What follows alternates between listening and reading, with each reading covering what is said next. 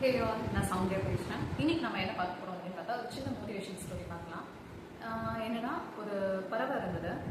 அது எப்பயுமே அந்த நாளில் நடக்கக்கூடிய நல்ல விஷயம் கெட்ட விஷயம் எல்லாத்தையுமே வந்து ஒரு கல்லில் வந்து எழுதிட்டே வந்து அதனுடைய பையில வச்சுக்கணும்.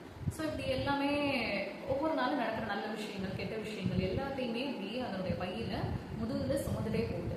அப்போ வந்து ஒரு கழுகு கேட்குது, நீ ஏன் இதை வந்து சுமந்துட்டே இருக்க அப்படின்னு கேட்கும்போது, இல்லை இதெல்லாம் எனக்கு ஒரு மெமரிஸ், நான் இதை எப்பயுமே வச்சுக்கணும், எனக்கு எல்லாமே தெரியும், நான் அதை பார்த்தேன்னா சந்தோஷப்படுவேன், எனக்கு நிறைய நெகட்டிவ்ஸும் இருக்குது பாசிட்டிவ்ஸும் இருக்குது அப்படின்னு சொல்லுது.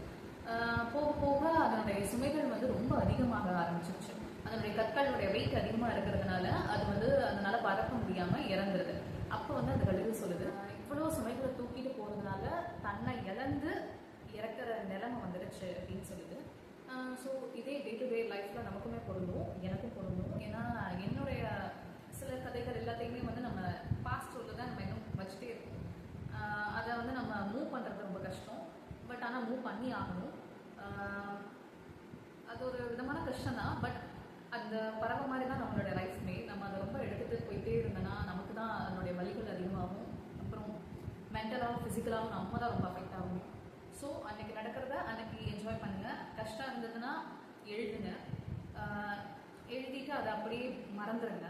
எப்படி இருக்குங்கிறது நமக்கு தெரியும். நம்மளோட ப்ரெசன்ட் லைஃப் எப்படி ரன் ஆகிக்கிட்டு இருக்கிறது பேஸ்ட் ஆன் பாஸ்ட் எஃபெக்டை வச்சு நம்ம அதில் ரன் ஆகிட்டு இருக்கோம். பட் ஃப்யூச்சர் எப்படி இருக்குன்னு தெரியாது. பட் இந்த ப்ரெசண்ட்டை வந்து நம்ம நல்லா வாழணும் அப்படின்னு